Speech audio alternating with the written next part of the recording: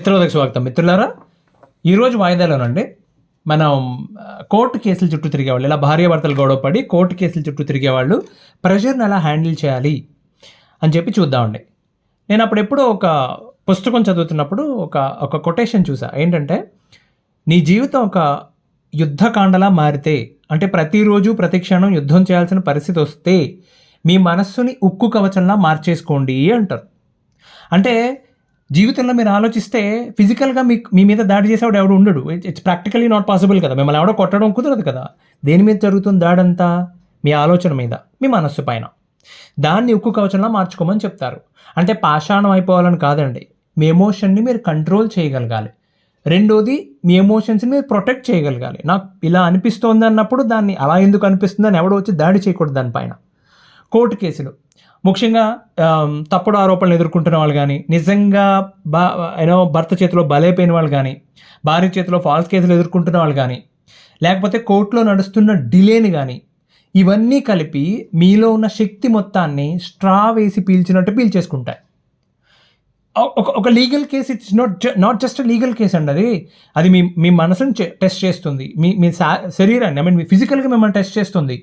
సామాజికంగా మీరు బోల్డంత మందికి ఆన్సరబుల్, అక్కడ సమాధానం చెప్తూ ఉండాలి. ఆర్థికంగా అఫ్కోర్స్ ఫైనాన్షియల్గా కృంగదీసేస్తుంది చాలామందిని. ఇక భావోద్వేగాలపై అయితే ఒక రకంగా ప్రభావం చూపిస్తుంది. ఈ వాయిదాలో మీరు మానసికంగా దృఢంగా ఉండేలా, బ్యాలెన్స్డ్గా ఎలా హ్యాండిల్ చేయాలి అని చెప్పి కొన్ని పద్ధతులు చూద్దాం. అన్నిటికంటే మూలం ఏంటంటే, you need to start with strengthening your mind set. నీ ఆలోచన విధానాన్ని నువ్వు స్ట్రెంగ్థెన్ చేసుకోవాలి, నువ్వు దాన్ని బలపరుచుకోవాలి, బలంగా తయారు చేసుకోవాలి. ఎట్లా? ఫస్ట్ దాంట్లో చేయాల్సిందంటే, ఏది జరిగితే అది, ఎలా జరిగితే అలా జరిగిన దానిని మీరు అంగీకరించాలి. ఫస్ట్ తేలికైన విషయం కాదండి. మీ మనస్సు మీద ఉన్న ఒత్తిడిని, ఏదైతే ప్రెషర్ ఉందో దాన్ని అంగీకరించడం అనేది ఫస్ట్ స్టెప్. ఒక తల్లి ఒక బిడ్డను కనడంలో ఎంతో పెయిన్ అనుభవిస్తుంది, రైట్? అప్పుడు ఫుల్ ప్రాసెస్ ఉంటుంది. కన్సీవ్ అయింది ఆవిడని తెలిసినప్పటి నుంచి బిడ్డను కనేదాకా, కన్న తర్వాత కొన్నాళ్ళ వరకు కూడా ఆ ప్రాసెస్ మొత్తం ఆవిడ పడే పెయిన్ ఎవరికన్నా తెలుస్తుందండి? పోనీ ఏ ఇద్దరికన్నా ఒకలా ఉంటుందండి?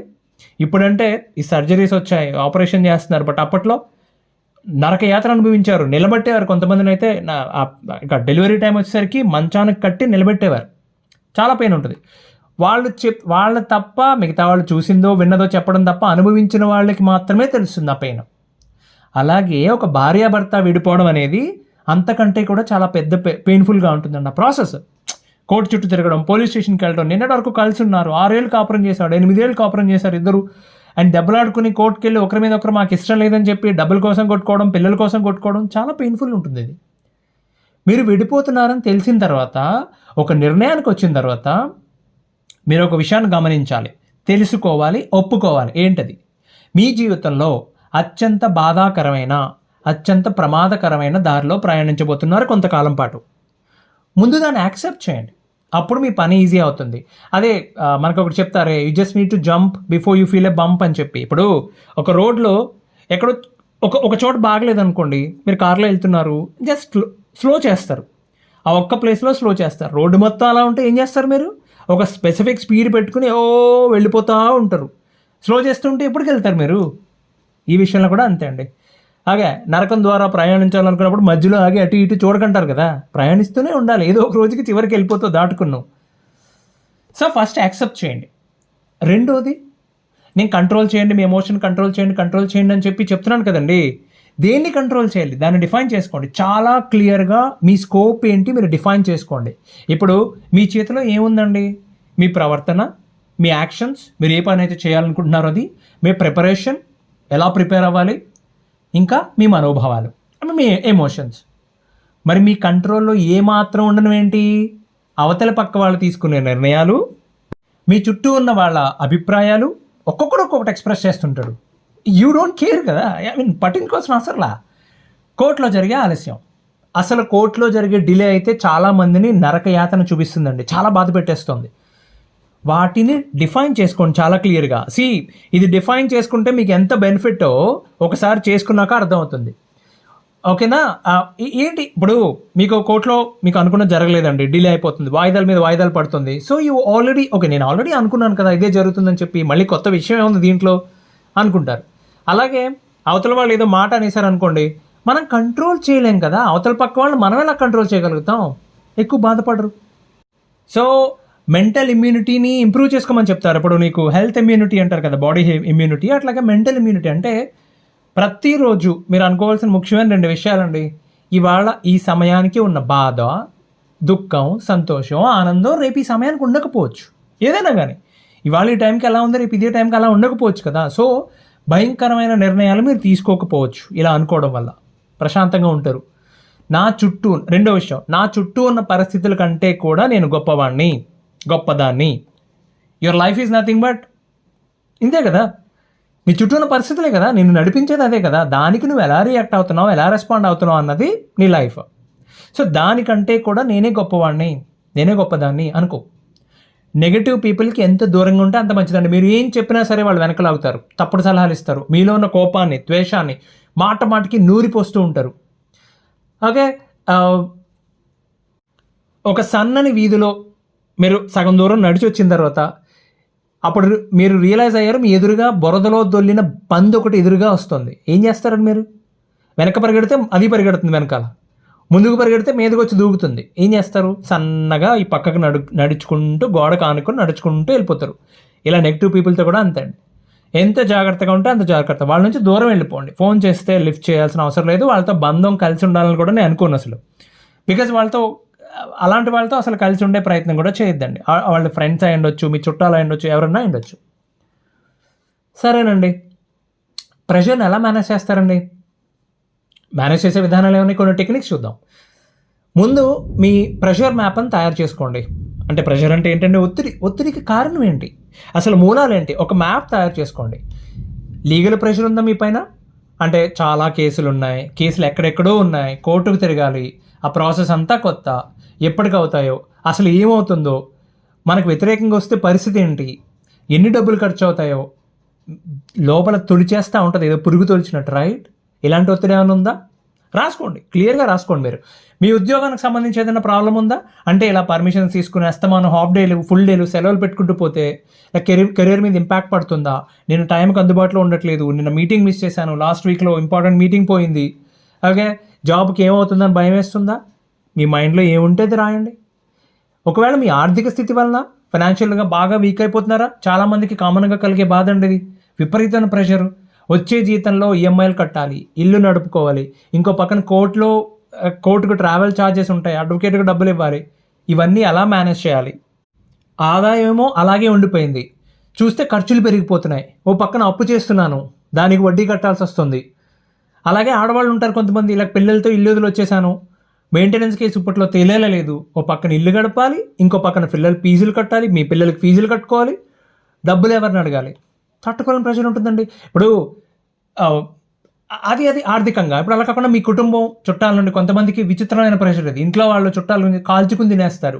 అసలు ఇంకెన్నాళ్ళు ఇలా కేసులు, పలానా వాళ్ళకి 3 నెలల్లో సెటిల్మెంట్ అయిపోయిందట, మీకు పోలీసులతో మాట్లాడడం తెలియట్లేదు, మీకు మంచి అడ్వకేట్ దొరకలేదు, ఎలా పడితే అలా మాట్లాడతారండి. ఎన్ని వాయిదాలు పడతాయి, అసలు లాస్ట్ వాయిదాలు ఏమైంది, పీక్కు తినేస్తూ ఉంటారు. ఇలాంటి ప్రెషర్ ఏమైనా ఉందా మీకు? ఇంకొక టైప్ ఏంటది, నా ఎమోషన్స్ కంట్రోల్ అవ్వట్లేదండి. చాలామంది చెప్తారండి, పదే పదే ఆలోచించి డిప్రెషన్లోకి వెళ్ళిపోతున్నాను నేను. కొంతమంది ఎంత అలా ఆలోచిస్తారంటే వాళ్ళు హ్యాపీగా భార్యాభర్త హ్యాపీగా కలిసి ఉన్న రోజులు గుర్తు చేసుకుని ఇప్పుడు ఎందుకు ఇలా అయిందని చెప్పి కుమిలిపోతూ ఉంటారు. ఇప్పుడు ఉదాహరణ చెప్తాను. నేను టక్కన ఒక మాట కొబ్బరికాయ అన్నాను అనుకోండి, కొబ్బరికాయ అన్నాను అనుకోండి, అనగానే మీకు ఏం గుర్తొస్తుందండి? నార్మల్ పీపుల్ నార్మల్ మైండ్ సెట్లో ఉంటే ఆడికి ఏం గుర్తొస్తుంది? దేవుడి దగ్గర నైవేద్యంగా పెడతాం, శనివారం సాయంత్రం దిబ్బ రొట్టెలోకి కొబ్బరి పచ్చడి మహా అయితే ఇవే గుర్తొస్తాయి, అంతేనా? అదే కనుక ఈ ప్రెషర్లో ఉన్నవాడు ఈ డీప్ థింకింగ్ చేసేవాళ్ళండి, ఓవర్ థింకింగ్ చేసేవాళ్ళు, వాళ్ళ ఆలోచన విధానం ఎలా ఉంటుందంటే ఎక్కడో గడ్డంకిని చేపెట్టుకుని కొబ్బరికాయ, ఓకే అవును, చుట్టూ అంత దళసరిగా ఉండే పొరలు ఉంటాయి కదా, అసలు లోపలికి నీళ్ళు ఎలా వెళ్ళాయి, వెళ్ళాయి, అన్ని రోజులు ఎలా ఉన్నాయి, చెట్టు మీద అన్ని రోజులు ఉంటుంది కదా కాయ, లోపల నీళ్ళు పాడవకుండా ఉంటున్నాయా? మరి ఎండ తాగుతుంది కదా, ఎండ తాగితే వేడికి ఆవిరైపోవాలి కదా, ఎంత డీప్గా వెళ్తారంటే ఏమంటే ఏ విషయంలో ఉన్నా బాగా డెప్త్ వెళ్తే శూన్యమే మిగులుతుంది. దాన్ని వీళ్ళు డిప్రెషన్ అని చెప్తుంటారు. మీ ఎమోషన్తో మీరు ప్యాకెట్ ఆడుకోవద్దు. అట్లాంటి పని చేయొద్దు అసలు. ఇప్పుడు యూనో నేను చెప్పాను కదండి, ప్రెషర్ కారణాలు ఏంటి? ఒక ప్రెషర్ మ్యాప్ ప్రిపేర్ చేసుకున్నారు మీరు. మీ దగ్గర ప్రెషర్ మ్యాప్ ఉంది. సో చాలా క్లియర్గా దేనివల్ల, ప్రతి అంశంలో కూడా దేనివల్ల నాకు ప్రెషర్ వస్తుంది, నాకు టెన్షన్ వస్తుంది, భయం అనిపిస్తోంది. మీ ప్రెషర్కి మూల కారణం ఏంటండి? ఒకటి, జరిగిపోయిన దాన్ని తలుచుకుని బాధపడుతూ ఉంటారు, లేదా జరగబోయేదాన్ని ఊహించుకుని భయపడుతూ ఉంటారు. ఒకటేమో తలుచుకుంటాం, ఇంకొకటేమో అజంప్షన్, ఇలా జరగొచ్చేమో, ఇలా అవ్వచ్చేమో. రైట్? ఇవి రెండే. నిజానికి జరిగిపోయింది, జరగవలసింది, జరుగుతూ ఉన్నది. There is no present tense అండి. మీరు సరిగ్గా ఆలోచిస్తే అసలు ప్రజెంట్ టెన్స్ అంటే ప్రస్తుతం అనేది లేనే లేదు. ఇప్పుడు నేను ప్రస్తుతం అని ఇందాక అన్నానే మాట, అది ఆల్రెడీ ఫ్లాష్ బ్యాక్లోకి వెళ్ళిపోయింది. టైమ్ ఈజ్ రన్నింగ్ అవుట్ కదా. ఉన్నది రెండే, పాతది కొత్తది, భవిష్యత్తు జరిగిపోయింది, రెండే. సో ఇంత టెన్షన్ పడడానికి కారణం అదే. అన్ని అజంప్షన్స్ పనికిరాదు మీకు అంటున్నాను. ఇప్పుడు ఆల్రెడీ ప్రెషర్ మ్యాప్ తయారు చేసుకున్నారు, దేనివల్ల ఒత్తిడి కలుగుతోంది మీకు ఆల్రెడీ అర్థమైంది. ఇప్పుడు మీరు ఏం చేయాలి? దానికి ప్రాధాన్యత అంటే ప్రయారిటీ. ఇమ్మీడియట్గా మీరు సాల్వ్ చేయాల్సిన ప్రాబ్లమ్స్ ఏంటి? ఫైనాన్షియల్ ప్రెషర్ ఉంది, ఫ్యామిలీ ప్రెషర్ ఉంది అనుకోండి. ఫ్యామిలీ ప్రెషర్ ఓకే, దాన్ని పక్కన పెట్టొచ్చు. దానికంటే కూడా ఫైనాన్షియల్ ప్రెషర్కి ఇంపార్టెన్స్ ఇవ్వాల్సిన పరిస్థితి. లేదా లీగల్ ప్రెషర్ ఉంది విపరీతంగా మీకు, దాన్ని ఎలా డీల్ చేయగలుగుతాం మనం? సో దాని నుండి బయటపడాలంటే మనం ఏం చేయొచ్చు? ఇప్పుడు ఉదాహరణకండి, మీకు ఫైనాన్షియల్గా విపరీతమైన క్రంచ్ ఉందండి, మీకు అప్పటికప్పుడు మీ ఆదాయం పెరిగే పరిస్థితి లేదు. మరి ఏం చేయగలరండి? వేరే ఏమున్నాయి ఆల్టర్నేటివ్స్ వెతుక్కోండి సార్. దాని బదులు ఎక్కడన్నా అప్పు చేయాలా? పోనీ దాని బదులు ఎక్కడన్నా పిఎఫ్లో విత్డ్రా చేయడం కుదురుతుందా? మీరు అనవసరమైన ఖర్చులు ఏమైనా చేస్తున్నారా? వాటిని తగ్గించాలా? వాటిని కంట్రోల్ చేసుకోవాలా? అలాగే ఆడవాళ్ళు అనుకోండి, భర్తను వదిలిపెట్టి పుట్టింటికి పిల్లల్ని తీసుకుని వచ్చారనుకోండి, మీ బాధ్యత అంతే కొంతవరకు తీసుకుంటారు. మీరు ఉండడానికి, మీ ఫుడ్ ఇదంతా ఓకే, వాళ్ళు భరిస్తారు. బట్ పిల్లల చదువులకి ఫీజు అంటే వాళ్ళ స్తోమత లేకపోతే ముందు అర్జెంటుగా ఏదో ఒక ఉద్యోగ ప్రయత్నం చేయాలి. ఈ లోపు ఏదో ఒక నగ తాకట్టు పెట్టి పిల్లలు ఫీజు కట్టాలి. మళ్ళీ వాళ్ళు ఎడ్యుకేషన్ ఇయర్ పోతుంది కదా, సంవత్సరం పోతుంది కదా మీరు డిలే చేస్తే. భార్యాభర్తలు ఇద్దరు దెబ్బలాడుకుంటే పిల్లల జీవితం పోతుంది కదా. ఒక్కసారి ఇలా ఎందుకు జరిగింది అని వదిలేసి ఇప్పుడు ఏం చేయాలి అని ఆలోచించడం మొదలు పెడితే ఏదో ఒక మార్గం దొరుకుతుందండి.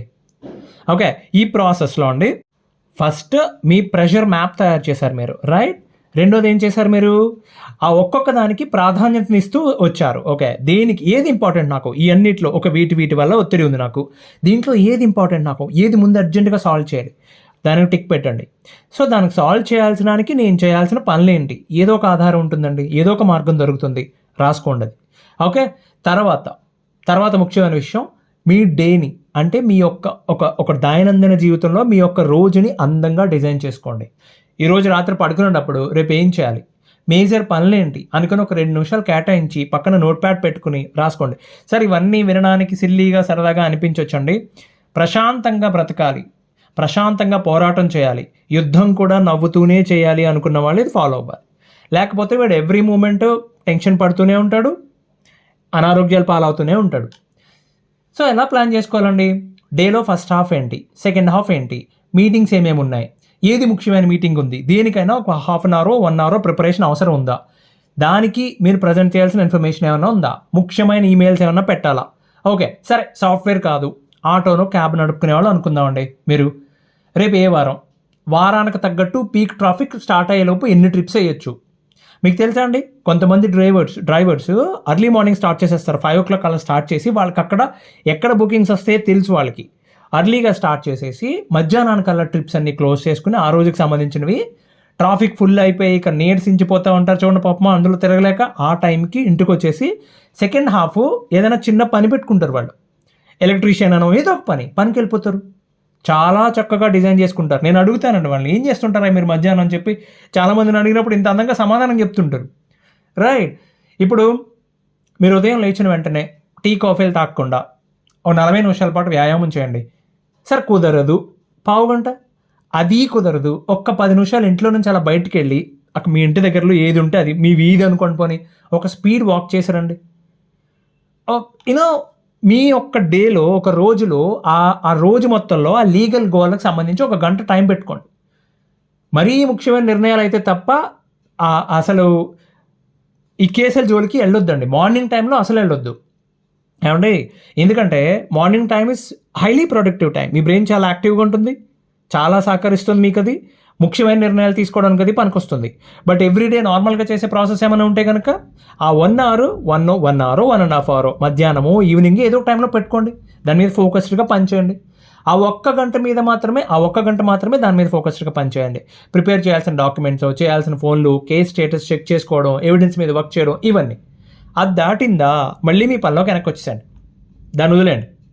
అలా కాకపోతే ఆ లీగల్ ప్రాసెస్ గురించి ఆలోచిస్తూ ఉంటే మీ డే మొత్తం పాడైపోతుందండి. నేనేమంటున్నానంటే మీరు యాడ్ అవ్వడానికి టైం పెట్టుకోండి అంటున్నాను, అంతే. ఆ టైంలో యాడ్ అవ్వండి, మిగతా టైంలో మీరు ప్రశాంతంగా ఉండండి. ఏమండి, ఒక సమయంలో నెక్స్ట్ ముఖ్యమైన విషయం, ఒక్క సమయంలో ఒక్క పైనే దృష్టి పెట్టండి దయచేసి. No multi tasking. ఓకే, ఇప్పుడు మీరు ఏం పని చేస్తున్నారు? భోజనం చేస్తున్నారా? డ్రైవింగ్ చేస్తున్నారా? మీ మూవీ టైమా? మీ ఫ్యామిలీతో గడుపుతున్నారా? దాని మీదే ఫోకస్ చేయండి. మల్టీ టాస్కింగ్ అవసరం లేదు. ఇలా కోర్టు కేసులు ఇరుక్కున్న వాళ్ళు, గొడవలు జరుగుతున్న వాళ్ళు మల్టీ టాస్కింగ్ జోలికి వెళ్ళొద్దండి. ఏ పని చేస్తే ఆ పని మీద శ్రద్ధగా చేయండి, దృష్టి పెట్టండి, శ్రద్ధగా చేయండి. చెప్పడం ఈజీ, కానీ ఫాలో అవటం చాలా కష్టం అండి. ఇప్పుడు ఒక ఉదాహరణ చెప్తాను నేను మీకు. మీ ఆలోచన ప్రభావం ఎలా ఉంటుందో మీరు జస్ట్ ఫ్రీగా వదిలేసి చూడండి. మీ మైండ్ ఎలా ఉంటుంది? ఇప్పుడు మీరు సడన్గా ఏదో కొత్త ఆర్టికల్ పట్టుకున్నారు, ఒక చాలా మంచి ఆర్టికల్, ఎవరు ఎక్స్పీరియన్స్డ్ పర్సన్ రాసింది. ఏంటంటే ఏఐలో ఆర్టిఫిషియల్ ఇంటెలిజెన్స్ అంటున్నారు కదా, కొత్తగా ఏదో విజన్ లాంగ్వేజ్ మోడల్ వచ్చింది, ఎల్ఎల్ఎం లాగా విఎల్ఎం ఒకటి కొత్తది రిలీజ్ అయింది. ఏదో మంచి ఆర్టికల్ రాశాడు, కాంపోనెంట్స్ ఏంటి, ఆర్కిటెక్చర్ ఏంటని చెప్పి శ్రద్ధగా చదువుతున్నారు. ఈలోపు ఎవరో హాల్లో టీవీ పెట్టి కొద్ది పెద్ద సౌండ్ పెట్టి పాటలు పెట్టారు. మీకు చిన్న డిస్టర్బెన్స్, ఏదో పాట వినబడుతోంది. పాట ఏమొస్తుందంటే పక్కా లోకల్ అని ఏదో పాట వస్తుంది. మీ ఆలోచన వెంటనే ఏం సినిమాలో ఇది, జనతా గ్యారేజ్ కదా, అవును ఎన్టీఆర్ ఏదో కొత్త సినిమా వస్తున్నట్టుంది, అవును కదా నెక్స్ట్ వీకే కదా, వార్ 2 కదా, అసలు ఆగస్టు 15 కదా, ఆగస్టు 15కి రిలీజ్ అనుకుంటా అది. చిన్నప్పుడు ఎంత బాగుండేదో ఆగస్టు 15 నాడు పొద్దున్నే ముస్తాబ్ అయిపోయి, పైగా ముందు రోజు మధ్యాహ్నం నుండి బడిలో ఆ డిజైన్ చేసిన ఈ చిన్న పేపర్ జెండా లాంటివి ఉండేవి డిజైన్స్, అవన్నిటితోనే అలంకరించేవాళ్ళు మేము స్కూల్లో. ఇక ఆగస్టు 15 రోజునైతే పొద్దున్నే ముస్తాబు, స్కూల్లో హడావడి, స్పీచ్లు, పోటీలు. మా పొడుగు మాస్టారు, మా ఎన్ఎస్ మాస్టారు ఎంత హడావడి చేసేవారో. చాక్లెట్స్ పంచిపెట్టేవారు కదా, అదేంటి కొన్నేమో గ్రీన్ కలర్వి, కొన్నేమో ఆశా చాక్లెట్స్, లడ్డు కూడా పెట్టేవారు కదా. అవును, లడ్డు అంటే గుర్తొచ్చింది, ఇంట్లో లడ్డు ఉండాలి కదా, నేను తిందాం అనుకుని మర్చిపోయాను. ఎవరో సారి పంచిపెట్టారు. సార్ అంటే గుర్తొచ్చింది, మాకంట పెద్ద పెద్ద సామాన్లంట, అదేదో ఇంట్లో వస్తువులంట, ₹1,00,000 ఖర్చు పెట్టి అన్నీ కొనిపెట్టారంట. కంప్లైంట్లో ఎంత దారుణంగా రాశారు. నేనేమో ఆల్రెడీ అన్నీ కొనిపెడితే ఇంత అబద్ధాలా? అవును, ఆ కేసు నెక్స్ట్ హియరింగ్ ఎప్పుడుంది? అవును, అడ్వకేట్ ఫోన్ చేయాలని మర్చిపోయాను కదా. హలో ఆలోచన అమ్మగారు, ఆగండి. ఎక్కడ మొదలుపెట్టావు, ఎక్కడ విజన్ మోడల్ తీసుకొచ్చి అడ్వకేట్ దగ్గర ఆగేవా నువ్వు? ఇప్పుడు అర్థమైందా మీకు ఆలోచన ఎలా ఉంటుందో? మీరు కంఫర్టబుల్గా ఫ్రీగా దృష్టి లేకుండా ఉన్నారనుకోండి, ఎక్కడికో వెళ్ళిపోతుంది మీ బ్రెయిన్, మహాత్ ఉంటుంది, అలా పరిగెడుతూనే ఉంటుంది. దాన్ని కంట్రోల్ చేయాలండి. ఏమండి, అందుకే చెప్తున్నా, మానసికంగా చాలా స్ట్రాంగ్గా ఉండాలి ఈ పోరాటాలు చేసేటోళ్ళు, గొడవలు పడేటోళ్ళు. నెక్స్ట్ ఇంపార్టెంట్ విషయం, మీ ఉద్యోగం మీద ప్రభావం పడకుండా చూసుకోండి. ప్రెషర్కి మేజర్గా మూలం అండి. ఆడైనా కానీ మగైనా కానీ మీరు చేసే పని మీద దెబ్బ తగిలేస్తుందేమో అని చాలా భయపడతారు వీళ్ళు ఇలా కేసులు అయినప్పుడు. ఓకే, చాలా ప్రభావం పడిపోతుందండి. కాబట్టి మీ పని అస్సలు అశ్రద్ధ చేయకండి. నేను చాలాసార్లు అండి వీకెండ్లో కూర్చుని పని చేసి డెలివర్ చేసిన సందర్భాలు ఉన్నాయి. తప్పదు మరి, వీక్ డేలో సెలవు పెట్టి 100 మైళ్ళ దూరం ప్రయాణం చేయాలి, కోర్టుకి అటెండ్ అవ్వాలి. అది మన పర్సనల్ విషయం, కానీ పని మీద ప్రభావం ఎందుకు పడాలి?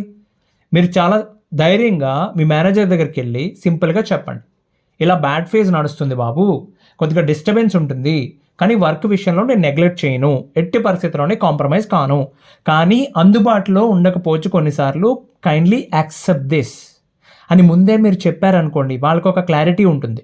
ఓకే, నిజంగా మరీ ఫ్రీక్వెంట్గా జరుగుతున్నట్లయితే కనుక వాళ్ళు వార్న్ చేస్తూ ఉంటారు మిమ్మల్ని. వాళ్ళు ఒకేసారి బ్లాస్ట్ అయినట్టు మీరు చెప్పలేదనుకోండి, 4 సార్లు చూస్తారు, 5 సార్లు చూస్తారు, 6వ సారి ఏదో రెడ్ ఫ్లాగ్ ఇచ్చినట్టు వార్నింగ్ ఇస్తారు. అలా కాకుండా మీరు ముందే చెప్పారనుకోండి, అంత క్రూరులు మూర్ఖులు ఎవరు లేరు, రాక్షసులు ఎవరు లేరు కదండి. మీరు పక్కన బ్యాడ్ ఫేజ్ నడుస్తుందిరా నాయన అని చెప్పిన తర్వాత కూడా నువ్వు ఎందుకు అందుబాటులో లేవని చెప్పి తిట్టేటంత మేనేజర్స్ ఎవరు లేరు కదా. ఎక్కడో ఉంటే ఉండొచ్చు, బట్ ప్రిపేర్ చేసుకోండి. మీ ఎకో సిస్టమ్ని మీకు సపోర్టింగ్గా ప్రిపేర్ చేసుకోండి. నెక్స్ట్ పాయింట్, మీ చుట్టూ ఉన్న మీ బంధాలు, అంటే మీ ప్రాణ స్నేహితులతో కానీ, మీకు బాగా దగ్గరగా ఉండే ఎవరైతే ఆత్మ బంధువులు, ఆత్మీయులు అనుకుంటారో వాళ్ళతో కానీ బంధాలని తెంచుకోవద్దు. ఏమండి, మీ క్లోజ్ ఫ్రెండ్స్తో అవుటింగ్స్ ప్లాన్ చేసుకోండి. వీక్లీ వన్స్ కనీసం 2 వారాలకు ఒకసారన్నా కలవండి. మీ మనసులో ఉన్న విషయాన్ని టూకీగా, సింపుల్గా చెప్పండి. మీరు ఒకవేళ అలాంటి స్నేహితులు మీకెవరన్నా ఉంటే వాళ్ళకి సపోర్ట్ ఇవ్వండి. వాళ్ళు చెప్పేది కొంచెం వినండి. సలహాలు ఏమి ఇవ్వాల్సిన అవసరం లేదు, జస్ట్ వినండి అంతే. ఎందుకంటే ఆడ మనసులో 100 రకాలు, లేకపోతే అమ్మాయి మనసులో 100 రకాల విషయాలు ఉంటాయి. ఎవరితో చెప్పాలో తెలియదు, ఎవరితో చెప్తారో ఏమంటారో తెలియదు. మీరు ఎవరితో పంచుకోవాలంటే అండి, మీరు ఒకసారి ఆ విషయం వాళ్ళకి చెప్పిన తర్వాత వాళ్ళని దాటి బయటికి వెళ్ళదు, సమాజంలోకి వెళ్ళిపోదు, అది అందరి దగ్గరికి వెళ్ళి చెప్పరు అని ఎవరినైతే నమ్ముతారో, ఎవరు ఉంటారండి, ప్రాణ స్నేహితులు ఉంటారు. వాళ్ళు ప్రాణం పోయినా ఇలాంటి విషయాలు ఎక్కడా చెప్పరు, రైట్? అలాంటి వాళ్ళతో పంచుకోండి. పంచుకోమన్నాం కదా అని చెప్పి పదే చెప్తే వాళ్ళు కూడా విసుకొస్తుంది. సో కంట్రోల్గా ఉండండి ఆ విషయంలో కూడా. తర్వాత ముఖ్యమైనది ఏంటండి, అవమానాలు, విమర్శలు. ఇది వల్ల కాదా, ఈ వల్ల కాదా, ఇలా కుదురుగా కాపురం చేసుకొని పెళ్లి చేస్తే ఇలా తగలెడతారా? 2 రోజులు బాగానే ఉంటారు, 3 రోజులు బాగానే ఉంటారు, కేసు స్టార్ట్ అయ్యి 2 ఏళ్ళు అయిన తర్వాత విచిత్రమైన విషయం, మిమ్మల్ని తిరుగుతుంటారు అందరూ. మీ వల్ల కాదు, కుదురుగా పెళ్లి చేసి పంపిస్తే నువ్వు కాపురం చేసుకోలేకపోయావు, పెళ్ళా నేలుకోపోయావు అని ఈయన అంటారు. తర్వాత భర్తతో ఒకసారిగా భర్తను నీకు అనుకూలంగా మార్చుకోలేకపోయావు ఆవిడ అంటారు. ఇద్దరు తిడతారు, పైగా వాళ్ళు తిడతారు. టెక్నికల్గా అన్ని చోట్ల జరిగేది ఇది. బికాజ్ వాళ్ళకి కూడా ప్రెషర్ ఉంటుంది, పెద్దవాళ్ళకి కూడా ప్రెషర్ ఉంటుంది. కాబట్టి మీ ఇంట్లో వాళ్ళంటే ఓకే అండి, నచ్చ చెప్పుకోవచ్చు. బయట వాళ్ళు కూడా సలహాలు ఇస్తున్నారనుకోండి, జనాల మాటలు కంటే కూడా మీరు బ్రహ్మాండంగా బ్రతకడం ముఖ్యం. ప్రతి మాటకి సమాధానం చెప్పాల్సిన అవసరం లేదండి, ఓకేనా? కొన్నిసార్లు తీక్షణమైన చూపు, ఒక చిరునవ్వు, ఓకే? ఎవరన్నా మీకు నచ్చని పదే చెప్తున్నారనుకోండి, నువ్వు ఓకే తలోపండి, అలాగే నువ్వు ఎలాగంటే అలాగే, నువ్వు ఎలా చెప్తే అలా చేద్దాం, ఎందుకు వాదించడం అలాంటి వాళ్ళతో అని అనేసి మీరు చేసే టైం వచ్చినప్పుడు మాత్రం మీకు ఏది నచ్చిందో అదే చేసుకోండి, ఓకే? మీరు మానసికంగా తట్టుకునే వాతావరణాన్ని ఎంచుకోండి సార్. మీలాంటి అనుభవాలు ఉన్న వాళ్ళు, ఆర్ మీలాగా ప్రెషర్ ఫీల్ అవుతున్న వాళ్ళు, వాళ్ళతో కలిసి ప్రయాణం చేసే బోల్డని ఛానల్స్ ఉన్నాయి ఆన్లైన్. క్వారా అని చెప్పి, రెడిట్ అని చెప్పి, ఇక్కడ యూట్యూబ్ అని చెప్పి బోల్డని ప్లేసెస్ ఉన్నాయి. You just follow the right channels, right place, okay? Follow అవ్వండి, ఓకే? మీరు వాళ్ళు ఏం చేస్తున్నారు, మనం సరిగ్గా వెళ్తున్నాం లేదా చదవండి వాటి గురించి, లేకపోతే వినండి. మీకు కొంచెం కంపారిజన్స్ వస్తాయి, పోల్చుకోండి. ఇలాగే ఉంటుందన్నమాట, కొంచెం హ్యాపీగా ఉంటుంది. ఇక అతి ముఖ్యమైనది మీ ఆరోగ్యం. మిమ్మల్ని గెలిపించే మీ ఆయుధం ఇది, మీ ఆరోగ్యం. మరీ ముఖ్యంగా అండి, అమ్మాయి కానీ అబ్బాయి కానీ వాళ్ళ తల్లిదండ్రులు బలైపోతున్నారండి. ఏమండి, ఈ కేసుల్లో ఇరుక్కున్న వాళ్ళ తల్లిదండ్రుల పరిస్థితి ఎంత ఘోరంగా ఉంటుందంటే ఆరోగ్యాలు పాడు చేసుకుంటారండి. చాలామందిని చూసామండి, కేసుల్లో ఏమైపోతుందో అని, కాపురం పోయినట్టేనా, నలుగురికి ఎలా సమాధానం చెప్పాలని, ఆస్తిలో భాగం ఇవ్వాలేమో అని చెప్పి అబ్బాయిదో లేక అమ్మాయిదో, మా అమ్మాయిదో మా అబ్బాయిదో జీవితం ఎలా అయిపోయింది ఏంటని చెప్పి మళ్ళీ బెంగ.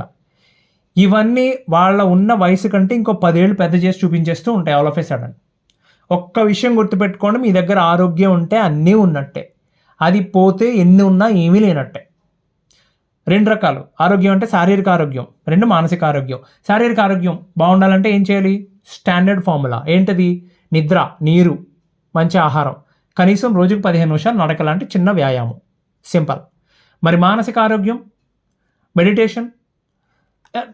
అవసరమైతే ఒక థెరపిస్ట్ దగ్గరికి వెళ్ళండి, మెడిటేషన్ చేయించేది ఏదైనా క్లాస్ ఉంటే జాయిన్ అవ్వండి. ఆన్లైన్లోనో డైరెక్ట్గా క్లాస్ రూమ్కి వెళ్ళేటట్టు ఆన్లైన్లో జాయిన్ అవ్వండి. పోనీ రోజు ఒక టైమింగ్ స్పెసిఫిక్గా ఫాలో అవ్వండి, హ్యాపీగా యోగా క్లాసెస్ జాయిన్ అవ్వండి మంచిగా. మళ్ళీ మెడిటేషన్ అంటే అది ఏదో దానికి డ్రెస్ కోడ్ ఉంటుంది, స్పెసిఫిక్ టైం ఉంటుంది అనుకోద్దండి.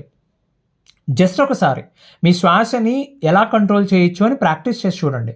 ఇనీషియల్గా కొంచెం కష్టమేనండి, కానీ అలవాటు అయిందంటే మాత్రం మీకు ఎంత పని ఉన్నా, ఎలాంటి టెన్షన్స్ ఉన్నా కానీ అది మీకు ఫ్రీగా దొరికే మెడిసిన్ అండి. నిజమైన మెడిసిన్తో పని లేకుండా చేస్తుంది అది.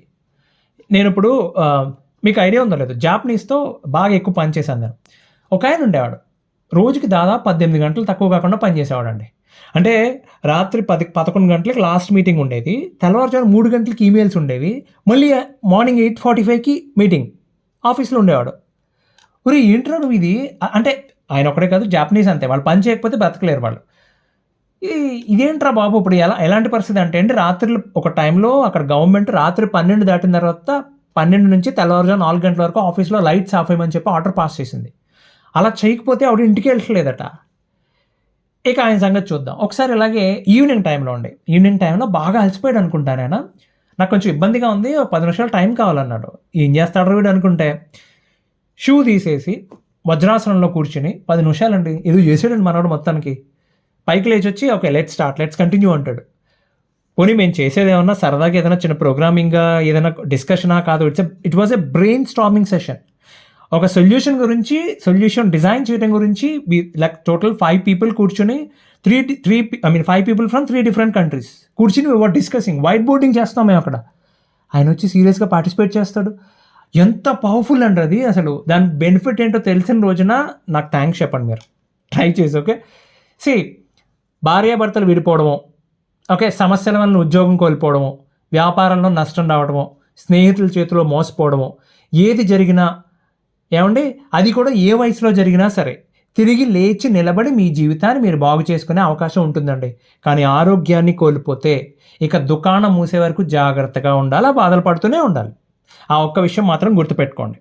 ఇంకొక ముఖ్యమైన విషయం ఆధ్యాత్మికత, మీ ఇన్నర్ స్ట్రెంగ్త్. ఓకే మీరు ఏ దేవుణ్ణి నమ్ముతారు మీ ఇష్టం. మీరు నమ్మే దేవుణ్ణి, మీరు కొలిచే దైవాన్ని మా కులదైవం అంటారు, మా ఇంటికి వెళ్ళే దైవం అంటారు, ఇంకేదైనా కానీ నమ్మండి, పూర్తిగా నమ్మండి. వాళ్ళకి సంబంధించిన పుస్తకాలు ఉంటాయి, వాళ్ళకి సంబంధించిన గ్రంథాలు ఉంటాయి. ఒకవేళ వాళ్ళు కాదు నేను అసలు ఆధ్యాత్మికత నేను ఏ దేవుడిని నమ్మనండి, ఓకే పోనీ గొప్ప గొప్ప చరిత్రలు ఉంటాయి, అవి చదవండి. ఎంతో ఇన్స్పైరింగ్గా ఉంటుందంటే మీకు ఎక్కడ దారి కనబడుతుందో తెలియదండి. ఒక వాక్యం, ఒక వ్యక్తి యొక్క వాయిస్, అంటే ఒక చిన్న స్పీచ్, ఒక స్టేట్మెంట్ మీ మనసును మార్చేయచ్చు, మీ దారిని కూడా మార్చేయచ్చు, చెప్పలేం మనం. చాలా పవర్ఫుల్ ఉంటుందండి. ఓకే అతి ముఖ్యమైన లక్షణాలు 2 కలిగి ఉండాలి. ఒకటి కృతజ్ఞత, అవతల పక్క వాళ్ళ మీద కృతజ్ఞత, మీకు ఎవరైనా హెల్ప్ చేస్తే. రెండోది సంతృప్తి. ఓకే మనకున్నది ఇది, మనకు జరిగింది ఇది, ఇలా జరుగుతుంది బహుశా నేను ఎప్పుడో చేసిన కర్మం వల్ల. ఓకే మిమ్మల్ని మీరు నిందించుకోవాల్సిన అవసరంలా, కానీ మంచి జరిగినా చెడు జరిగినా ఒకేలా తీసుకోగలిగితే ఆ స్థాయికి రావడం అంత ఈజీ కాదండి. ఎంతో గొప్ప గొప్ప వాళ్ళకు కూడా కాదు, మీరు ప్రయత్నం చేయండి. కనీసం బయట తుఫాన్ ఉన్నా లోపల ప్రశాంతత ఉంటే అది నిజమైన విజయం అండి, ఏ వ్యక్తి కన్నా సరే. సరే ఒక టెక్నిక్ చెప్తావేనండి. ఇంత ప్రెషర్ అనేది హ్యాండిల్ చేస్తున్నప్పుడు అండి, ప్రెషర్ని హ్యాండిల్ చేయడం అయ్యే పని కాదండి అసలు. దాన్ని ఒకటి మీరు రిలీజ్ చేయాలి మీ బాడీ నుండి, లేదా దాన్ని ఎనర్జీ కింద కన్వర్ట్ చేయాలి. అది పాజిటివా లేకపోతే నెగిటివ్ అనేది మీ ప్రవర్తన మీద, మీ స్వభావం మీద ఆధారపడి ఉంటుంది. ఇప్పుడు ఉదాహరణకి ఎవరన్నా మీకు నచ్చని పని చేస్తే మీ కోపం వచ్చి లాగా అక్కడ పీకారు అనుకోండి, మీ లోపల ఉన్న ప్రెషర్ అంతా రిలీజ్ అయిపోయింది. వాళ్ళ మీద కోపం వచ్చింది, ప్రెషర్ ఫామ్ అయింది, లాగ్ ఒకటి పీకారు, రిలీజ్ అయిపోయింది. కానీ అవతల వాళ్ళ రియాక్షన్ ఎలా ఉంది?